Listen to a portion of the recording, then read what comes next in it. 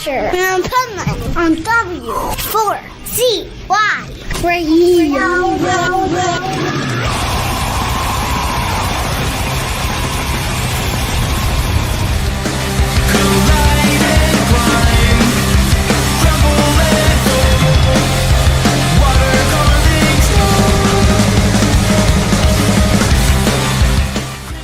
This is the Pipeman here on the Adventures of Pipeman W4CY Radio, and I'm very excited because we have some new music we're going to talk about. And so let's welcome to the show, Howling Giant. How are you? Well, hey. You're not the only Howling Giant, but you're representing. I'm representing. I'm Sebastian. I'm the bass player, and I am the tallest person in the band, so literally I am the giant. Well, there you go. How tall? I'm 6'3". Oh yeah, well you tower over me for sure. and you know, it's funny to hear that too, because I don't think people realize, like, so many of band members that I'm friends with, that you see them up on stage and they look like bigger than life. Mm-hmm. Most of them aren't that tall. Yep. You know? You go backstage and you meet them and they're like half the height. Right. Exactly. It's It's like you do imagine a giant in your head. Yep. Well, the stage helps, you know. The stage helps for sure. Oh, it definitely does. Just imagine going to see Ronnie James Dio, seeing him up on stage like a giant, and then going backstage and realizing how tiny he is. So, yeah, I know, right? Yeah. I used to hang with him in Tarzana at his house, and I'm 5'7", and he made me look tall. Oh man, you know. Oh man, yeah, man. I'm used to being the tallest one on stage. The only problem is that I hit my head multiple times on things, so that's often not good. See, you know, us short people, we think about that too. Like we think about the problems we don't have. And like, you know, it, like, we don't have to worry about running into things because everything is above us. Right. I could see everything except for what's right in front of me. So that's tough sometimes, but hasn't really happened lately on stage yet. So I'm crossing my fingers that I can keep it that way. I know, right? It's almost better to be taller as a fan out in the crowd, because then you can see everything. But then you make everybody pissed off because they can't see past you. I can't help it, man. I know, right? It's not my fault. Not my fault. You showed up to the show late. And you know what? Just move a little step to the left or a step to the right, and you're good. Right. And you guys just got done doing a few shows this month, and so tell us why people should show up to your live shows. Man, I feel like our live shows are just so fun and energetic. We always just try and bring this energy of you know, like everybody is invited and everybody's accepted. The past few shows that we did with Castle Rat were really fun. Castle Rat is awesome. And to be able to go out with them and see their live show, you know, they take it to the next level where they're very theatrical, you know, with the costumes and the makeup and everything. And it's really cool to see. I feel like we bring a different element, whereas we kind of go up there as more of, you know, we can rock the jeans and the t-shirt and just go up there and just, you know, bring as much energy as we can. So yeah, that's what I think people just love coming out and just, you know, rocking out.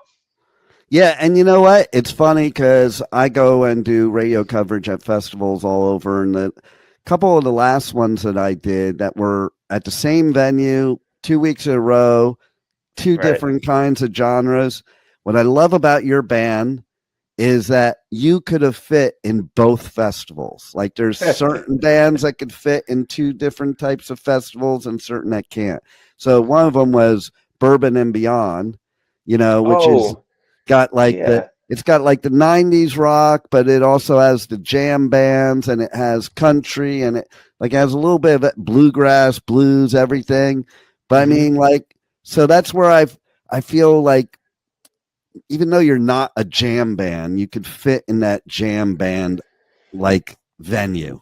Well, we all, we come from different backgrounds, musically. Tom was originally Tom studied classical guitar. Zach was in a marching band, and so we all have this kind of large appreciation for music that's not just metal or rock. So we kind of try to bring a lot of that to our style, if that makes sense. And we never really want to be like pigeonholed as just a metal band or just a rock band. We kind of want to be, whatever we want the Howling Giant sound to be. So, yeah, that's why it is always fun that we get to play these different types of festivals, that some of them are just, rock festivals. Some of them are more metal festivals. We're doing psych stuff now. And it's just, it's been really fun to kind of explore that range. I love it too, because basically I think an artist, the whole idea is to experiment, especially as you start learning your craft. So you shouldn't be pigeonholed into just one micro genre like they like to do nowadays. I'm a total metalhead, but I'm also the type that likes the psychedelic rock and the jam bands. And, I would go when I was a teenager to Slayer on a Friday night, Grateful Dead on a Saturday. And, and it's like, I think everybody's that way. You don't just like one type of music. I think anybody that says that, they're lying, and they're doing like we did in the 80s, whereas like you weren't allowed to like this other stuff. So you really did like it, but you just never admitted it, Yeah.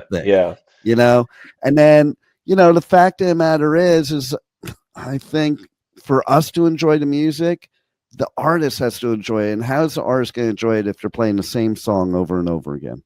Exactly. We like to switch it up too. And that's one of the reasons why I'm so excited for this new record to come out, is because, there's so many new songs that we get to play on there and really showcase to people. And it is tough too when you have such a, I'm not trying to make this seem like I'm bragging or whatever, but, we have a fairly good catalog of songs to pick from when we're doing live shows. Right. And so there's always going to be songs that we just like kind of miss or haven't played in a while. So yeah, being able to like freshen that up a little bit is kind of nice. And also, yeah, again, just doing, we're doing stuff that has, metal in it, has rock, and then we have, part of our show that's really just kind of chill and psychedelic. And so it's really fun to be able to play all of those different things. Yeah. And so like the next week was Louder Than Life. So oh, nice. That's where you fit in metal wise. Yep. And I'll tell you a funny story too that you would appreciate. So I was at Bourbon Beyond in the audience. I was joking with my friends who are jam band friends, and I was like, what do you think if I start a mosh pit? And it was during Fish. Fish was playing, okay? Oh, man. And then it was rather interesting because like a couple hours into their set, because, they do the whole 3-hour set thing, a lot of people were in a very different state of mind in the beginning of the set, if you catch my drift, as you do. Yeah. And it was so funny to me because I'm watching people and it looked to me like a mosh pit without anybody touching anybody. So everybody was trying to be super careful. Right. Yeah, they're all like moving around like they're in a mosh pit, but not touching anybody. And I'm like, well, see, you could do that. Would be a cool mosh pit to do at a Fish show. Yep. An appropriate mosh pit for a Fish show, I'd say. Exactly. And, you mentioned about classically trained, like, I think a lot of people don't even realize, I've been saying this for years, that metal is a derivative of classical music, and most people don't know that. It 100% is. It 100% is. There's so much classical. I mean, just listen to artists like Yngwie. Yeah. He's one of the probably most popular metal guitarists in the world, and he's just a ton of classical stuff. So yeah, it's always been there. And I think for Tom to have that classical training, but then transition that into something that could, he could also play the meathead riffs and the stoner riffs and, the prog and psych stuff. That's why he's always one of my favorites to watch. He's just awesome. Nice. And okay, so as everybody knows in the world right now, Rush is going to be coming back to do shows. And I have always viewed Rush as like prog metal. Like a lot of people may not view it that way, but like 2112 is pretty freaking metal. And so is everything before that. Like you take like the first Rush album, to me, that's kind of hard rock metal, so it does go hand in hand. And for sure. And speaking of a band like that, okay, and transition, you guys have transitioned from a 3-piece to a 4-piece. Mm-hmm. Tell us how that happened. How did that happen? So we've done most of the stuff. Most of our past releases have been as a 3-piece. I joined in 2018. The guys started, Zach and Tom started this in, I think, 2014. So we were just jamming for forever. We did have our good buddy James. He filled in on guitar for about a year, and he's helped us in the songwriting front too. So there was a portion of Howling Giant history before where we were a 4-piece and we went back to being a 3-piece. And when we were looking for a new guitar player, there was only kind of one idea in mind. That was Adrian.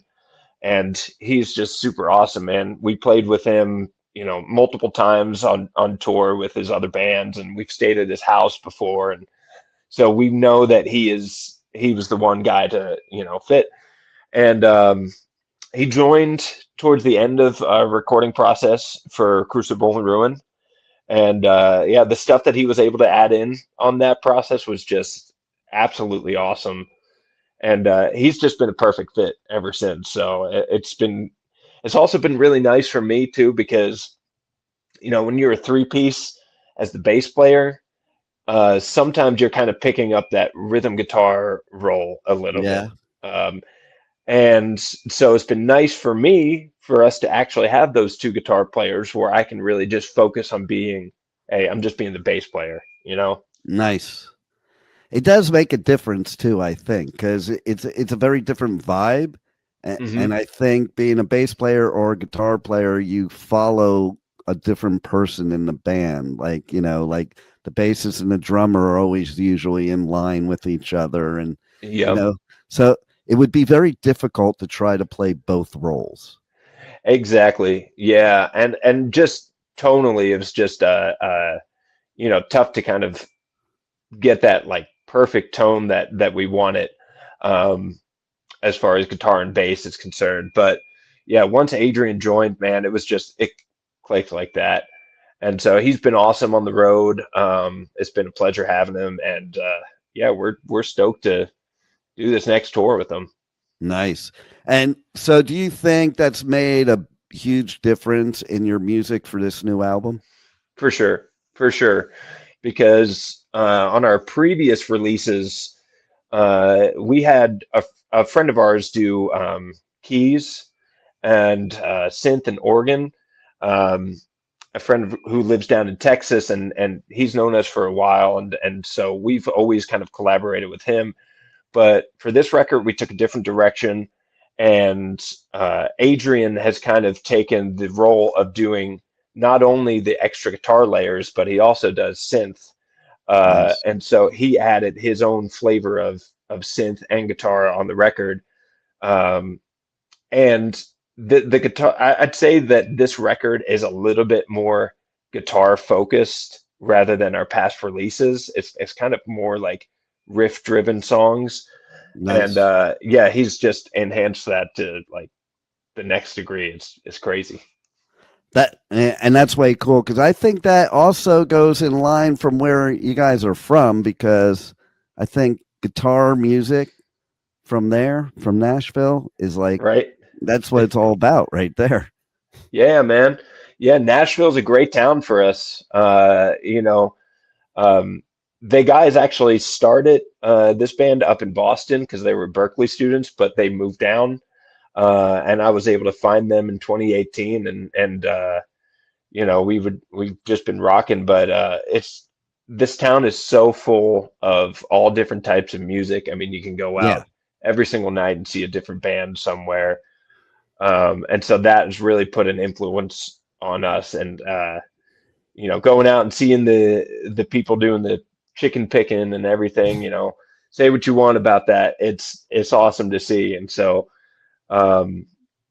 yeah, it's just been a great experience being down here, man, and so many opportunities to play and meet people and go on the road with them. So I love Nashville.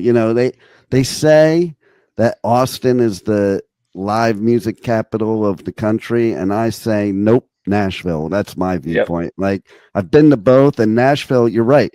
No matter where you walk, there's a live band playing. Like, you could just walk down the street and take your pick of like 50 different live music shows within a few blocks. And also, no matter where you walk, there's usually a drunk tourist somewhere. But which that's kind of fun sometimes too. Yeah. It just adds to the culture of Nashville.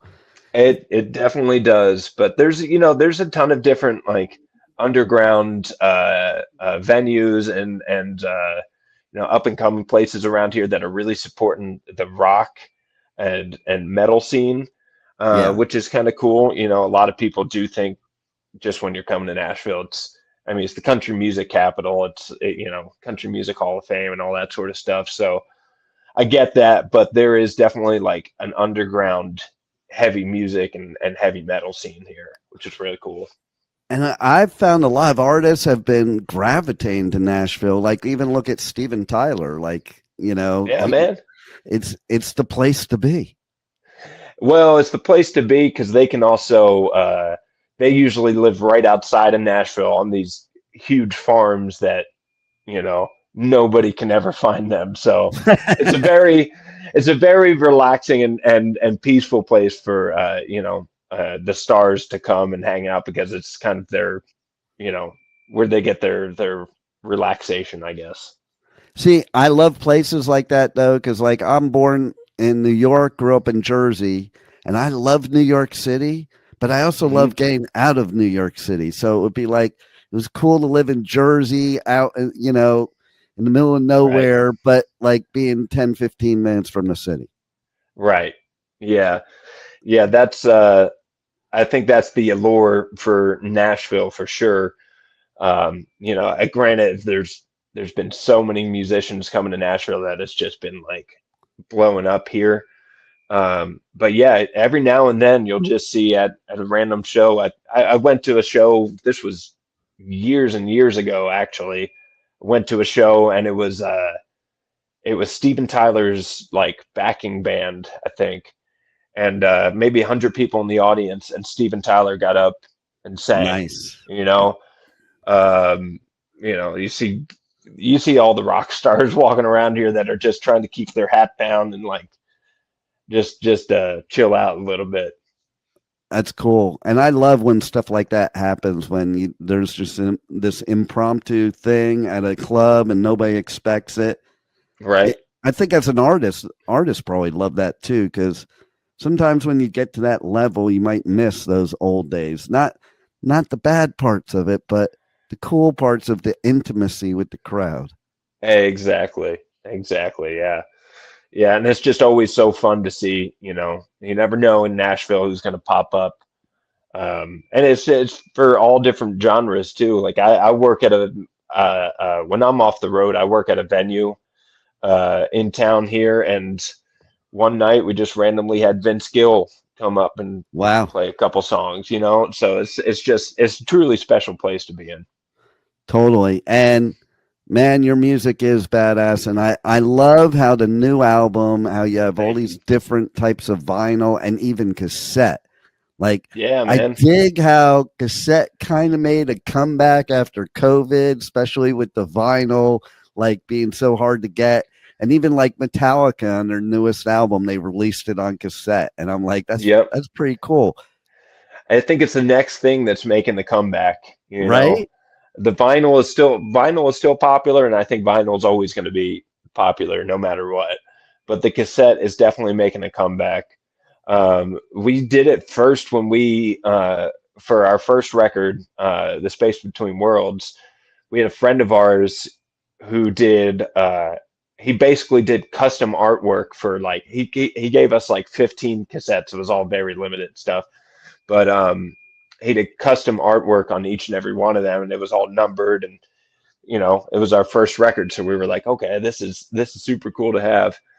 And I think we're doing it again for this one. I'm pretty sure. I know we just got the vinyls and CDs in, and we're sending those out. I got to take a look at them, and they're just like, man, so freaking cool. Right. Because I love artwork that comes along with the music. Like, to me, it's a Right. package deal. I think that's what a lot of people are missing nowadays is that package deal and that experience of, I say it all the time. Like, I remember I would get an album, put my headphones on, and just immerse myself in everything in the album while I'm listening, and all the artwork and the lyrics and everything. Yep, it's an immersive experience for sure. And we've really lucked out because Tom's mom has done the artwork for Nice. the majority of our releases, including this one. And so we've really been able to keep everything in-house, and not have to, resort to like an artist who's crazy expensive, or Or we doesn't haven't see been your able to, vision. or doesn't see that. Yeah, that's really the main thing is, we want people to be able to see our vision. And usually we could just, what happens is Tom will just draw a little like tiny sketch on a napkin or something and give it to his mom, and his mom will come back with this amazing piece of artwork that is really, really cool. Love it. Yeah, she's been doing most of our stuff, man, and it's been nice to have an actual artist again, rather than, I know that some bands or some artists have been doing AI and all that sort of stuff, and it's just doesn't seem right to us. I agree, man. I think making music, they do it with podcasts too. Like, now the big thing is, oh, you can make a whole podcast with AI. Well, why would I want to do that? Like, the Yeah, whole idea of music and art and podcasts is expression, human expression. So exactly. when you take that out of the equation and you take the passion and the emotion out of the equation, what are you left with? Right, right. You're not really left with much. And then at the same time too, there's these artists that are out there that are, have been doing this and making this their living, and all of a sudden AI comes around and can do the, same exact thing. Anyway, we just love to support Tom's, mom, and her art is just so cool. She has a really specific way of doing it with this alcohol paint that is, it's almost like watercolor. It just looks really awesome. That's wild. I love Yeah, that. man. So tell everybody how they can reach out to you guys on socials, on the web, how they can get the new album, buy your merch, all that good stuff. Yeah, man. So we're on all the socials, Facebook, Instagram, YouTube, X, and then TikTok as well. You can get our stuff on Bandcamp. You can pre-order the record now. It's just bandcamp.com/howlinggiant. And yeah, just check us out on there. We got our new, the new album comes out on Halloween. So October 31st, keep an eye out. And then we'll be jumping on the road after that with Ancients in November. Nice. Yeah, we're going to be hitting North America and a little bit of Canada as well. So yeah, keep an eye out for those dates. We got them posted on all of our social media, so check it out. Yeah, and I was going to even ask you too, was it on purpose that you picked Halloween since you're Howling Giant and it kind of goes together? It does fit a theme a little bit. Really did kind of just end up that this was the specific period of time that our record label had to, release this. But yeah, we were, as soon as we figured out that like this was the available time, we're like, man, yeah, we'll do a Halloween record. There you go. Why not? It's perfect. Yeah, make it a little spooky. There you go. I love it. And I love the new music. So everybody has to go check it out. And I would strongly suggest checking all the different options you have, because you have all these different color albums, and it's really cool. Yeah, and we just saw them come in the other day and they look awesome. I love it. Well, thanks a lot for giving us great music for a long time now, but giving us new music too. And thanks for being on the Adventures of Pipeman. Thank you so much for having me. I appreciate it. Thank you for listening to the Adventures of Pipeman on W4CY Radio.